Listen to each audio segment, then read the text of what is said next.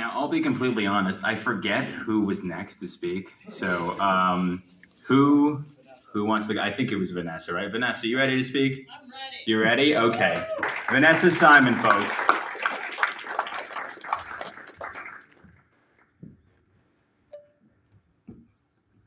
Guys, I can't thank you enough for being here. I sincerely appreciate it. Tom, tough act to follow. Like, you literally brought the energy, and I want to build on that.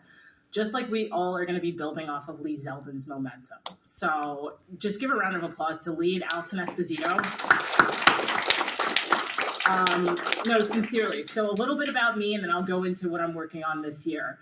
I like to say I'm an HR by profession and a political operative by passion. I'm an HR business partner at the Metropolitan Museum of Art.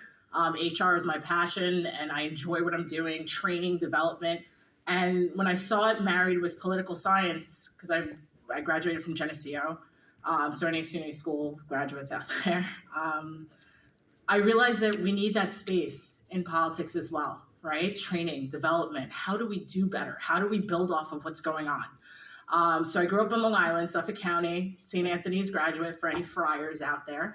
And just realized that growing up in a conservative family, it was a no-brainer when I turned 18 that I registered Republican. And that's all I've ever known. And as I've been, I kind of called myself, what is it, an elder millennial? I'm not 40 yet, but I'm up there. And I think it's important that we really start to engage with millennials and Gen Z. And what does that look like? So when I talk about training, development, HR, I see that gap because I do not see us as a Republican Party reaching out across the line to engage with millennials and Gen Z. We kind of just, the left indoctrinated them. They took the younger generations. And it's just like, we can't allow that to happen. How are we being innovative? How are we reverse engineering what the left has done? How are we creating space to allow others under our big tent? So I just want to take time to shout out Tom Shri for your organization of Atheists for Liberty, because a lot of people are like, oh, like religion, what do you mean? And you're conservative? Like they completely rattles their brain. But you're like, no, this is who I am, and I have conservative values, and let's make some space for it. So when I tell people who I am and what I stand for, I'm laser focused on three things. One, I really teach about local politics, how important it is. When we're talking presidential race and higher federal seats, it's too far gone. The left has gotten so far that in order for us to begin to shift the paradigm, we've got to start local again. You may not want to run for local office. You may not want to become an elected official. What about school board? What about community board? These are things that are happening in your town and in your cities where, you know what, it's more, we're in a space now, we can no longer just go home and park the car in the driveway and then turn on Fox News. It's like, no, we're in a space now where when they're proposing crazy things at the school board meeting, we're there to challenge it. What's happening now, we're not there enough. We're not there to be like, you know what, I don't like that book that you're putting in my students' like elementary school. We have to think about being present in other ways to get involved. If it's not your school board, think about community board. There's different committees on the community board. Did you guys know that? I didn't know that, right? There's economic development. There's the budget for your town. Like, you can be present and advocate to be on these committees, or, hey, when's my next town hall meeting? You guys aren't too young. No one's too old. We're in a space now where we can no longer just sit back and complain on our couch at home. And it doesn't mean go out and get pitchforks either. It's leaning into these conversations. And I can't stress that enough. So that's local politics. Super passionate about that. Engaging millennials and Gen Z. Talk about it a lot. Messaging. Us getting involved in technology. Us being on social media platforms in ways that engage the younger generation and older generation. Let's think outside the box. It's not leaving anyone behind, but thinking of how we can occupy the space. And lastly, defining what a New York Republican is. We know what Texas looks like. We know what Florida looks like. But here in New York, we will show the world how we broaden our tent, how we look different, but we're all united by one thing, unwavering love for the state of New York. and we're going to reach across the line. To Tom's point, yeah, we're in a blue state, but a lot of us understand what's going on. Living in New York has become almost insufferable. I have my family that's literally going down to Dallas for the third time to look at property because they're leaving New York. And I'm sure many of you guys have family that have left. And it's like, who's gonna stay and fight for New York? So for me, I'm staying, but I'm losing like my nieces and nephews, my cousins, my aunt, and thank you. But this city, this state of New York, it's the world's crown jewel. So what I always say, my favorite line, whether you're in Alabama or Albania, when people want to come to America, they want to come to New York. No one's like, oh, I want to go to America, I want to go to California. No one wants to go to California. Like, what? And it's like, we are in the city that sets the trend. We're in the state that sets the trend for the world. Right now, there's not one person here that does not agree with the fact that we've let the left hijack the compassion narrative. We're not showing up in conversations that impact everyone in their everyday life, and we just kind of let the left run their narrative, and then they conflate it, right? They have this whole like Chicken Little, sky is falling, and bad Republicans, and then it's all on a cycle, excuse me. When are we gonna step up and start going into schools? Stop forfeiting it to the indoctrination. When are we going to start getting professors that are more conservative to infiltrate some of these schools and really show that there's another side of things? We're not all crazy. Not one person in this room is crazy. If anyone's crazy, it's us being crazy for wanting to take back New York because we see how it is, right? So let me shift a little bit because I don't know how much time I have, and we could talk about this stuff all night. So if you, after we're done, you want to talk to me, come find me, we'll chat. But what I was going to share is I ran for city council in 2021, and I did that just to educate myself. I was a millennial, I graduated college, I was working, and for me, being, post-college, working, gym, party on the weekends, repeat, and like dating my boyfriend and blah, blah, blah, blah, right? And I'm just like, this can't be life. God put the spirit in me to want to get involved in the community, and as faith would have it, I went into work after 3 years of like that cycle, gym, party, repeat. And I was like, how do I get involved in the community? And the first person I asked wasn't like, oh, there's a soup kitchen that you can volunteer. He's like, what's your political party? I'm like, I'm a Republican. Now you could tell it was like a few years ago because I said it like with no problem. But I was just like, and I still say it boldly, but the fact that he was like, what's your political affiliation? And I was like, I'm a Republican. He's like, have you heard of the Suffolk County Young Republicans? And I was like, no, what's that? Mind you, at the time I was like 24, 25, and I looked into it, and I became a member of the Suffolk County Young Republicans. Now, fast forward to now, I live in Queens. I work in Manhattan at the Met Museum as an HR, and I sit on the board at the Women's National Republican Club. So it's not only one thing to show up to get involved, it's putting action where rubber meets the road. How do we effectuate change in a meaningful way? That's what I'm here to do. And this is where I bring everyone along. This is how I share with people, how do we really throw our hat in the ring and show up to these conversations in a meaningful, strategic way that combats the left. That's what I'm about. And I just want to shout out Steph Forte because you've been so unwavering in your support. Thank you. You gave a gracious donation to our cause, and I really like people like you that believe in this, and our mission goes much further than you could ever imagine. So you're an ally for life, man. Thank you. So that being said, what am I working on this year? So I shared with you I ran for city council. I unfortunately lost, but the little engine that could caught enough attention in Southeast Queens, where I got elected to state secretary of the GOP. Once again, a position where I think Steph's a fan at this point. All right, chill.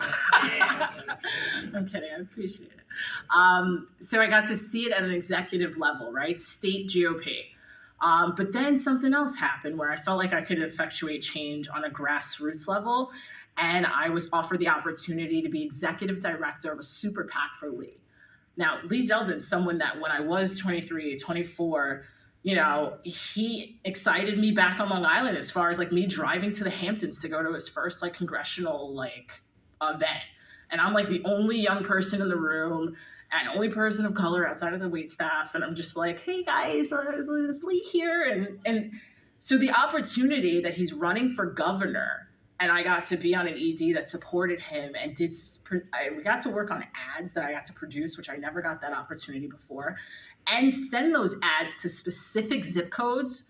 It was innovative stuff that I was like, all right, we've never done this before in this way from a Republican Party. I want to do it. So I did conflict of interest. I stepped down from state secretary and ran the ED, and it was really successful. Lee caught a lot of grounds, and we got a lot of views, and it was great. So where does that leave us for this year? Many people aren't sure in the sense that Lee did miss a few counties upstate. But in the 5 boroughs of New York, there's so much more to gain. We were supposed to win a statewide race, just to drop some facts really quick. To win a statewide race like the gubernatorial seat, you need minimum, they were saying, 30 to 33% of the Republican vote to win a statewide race. I believe Lee ended up at like 29, 30%. But it's showing that we need more. We need like 33 to 35% to really swing a statewide race. So reflecting at the top of the year, I was like, I want to help out. So I know Tom actually mentioned Gotham Rising. That was also a training academy, 501c4 that I started with 2 other Republican women. And we are here to train conservative candidates. So I was like, how can I leverage Gotham Rising to provide an aggregate of resources for candidates that are running? I had an intern do research, and we found additional favorable seats. So this isn't just like, oh, we're gonna help some candidates. It's like, let me rewind for a second. Show of hands, who knows how many? City Council has 51 districts. Let me dial it back even more, forgive me. There's no civics classes, so I gotta really dial it back. No one teaches us anything. We gotta look on Google, thank God. All right, so City Council, there's 51 districts. How many are occupied by Republicans? Raise of hands, go ahead. 5. Close. 4. 6. You were close because it was 5, but one of the Democrats found Jesus and decided to become a Republican because the writing was on the wall. His district was trending, and that's Ari Kagan in District 47. So it was 5, but prior to that, the year that I ran in 21, it was only 2 Republicans. That's 49 against 2. What do the City Council do? And I brought these cards, and I'm going to be leaving them on the table for you to take with you. What does City Council do? They introduce and vote on bills. They can even veto bills, right? Approve the city's budget. And you're talking about your school budget and funding for the police. City Council controls that. So if you have 2 Republicans that are pro-police and are like, we don't need to defund the police, we need safety. You've got 49 others at one point that were like, no, we want to vote for defunding, right? Make the numbers make sense. So then they monitor city agencies, and then make decisions about the city growth and development, whether it's parks, recreation. That's a lot of power that a lot of people in New York City and in the 5 boroughs are not aware of how much power City Council has. You control City Council and you control the mayor. And right now our mayors are amok, all right? So on the back of this card, which is also informational, take a look when you get a chance. I'll leave a bunch on the table. It shows the growth of how many Republican voters and registered voters have grown since 2018. So I'll let you guys take a look at that later. But on the front, it talks about what City Council does. And we have an opportunity with identifying 9 additional seats. And my intern ranked them from most favorable to, it's a long shot, but if we have a strong candidate, we might have a fighting chance. So I put this project together called the New York City Project. And I not only engaged with Glenn Youngkin's campaign team around the data. They normally charge $18,000 to $25,000 per district, but they want to join New York and they want to make New York a battleground state. So they called it the Vanessa discount. They're like, we'll unlock all your favorable districts for $25K. Just fundraise that money and we'll do it for you.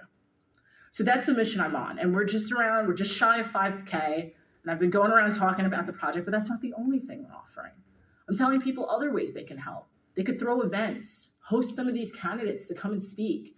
I will also be sending out an email and showing people the campaigns we will be supporting so that if you want to donate, you can donate directly to the campaign. It doesn't pass through me, and you could support these campaigns. And now that Bernard Shaw is here, you're going to talk, and he'll share what his campaign platform is. And we want to support these candidates. The last piece that I'll share with you that we're doing. As an HR, I saw that there's no bench, there's no pipeline. We're not leveraging the college clubs as well as we could and should. So I reached out shout out to obviously the New York State Federation, College Federation, and engaging with the New York NYU GOP Republican Club, Fordham GOP, and we're gonna get some volunteers to these campaigns, right? The youngest city council person that ran in 2021 and won was 23 years old. I wish in college, I was a part of the college senate, I was an anchor, but if I knew that there was a way to get involved in campaigns in a meaningful way, I would have gotten involved. So it excites me that the presidents of these clubs are like, Vanessa, how can we help? We're gonna outline weekends where we'll come to these specific districts and lend a few hours at a time, but it's an actual real-time impact to campaigns to get the support that they need. There's a lot more to come, guys. I just appreciate you guys having me out. I'm here to answer any questions you guys have, and thank you for having me. Go New York, man.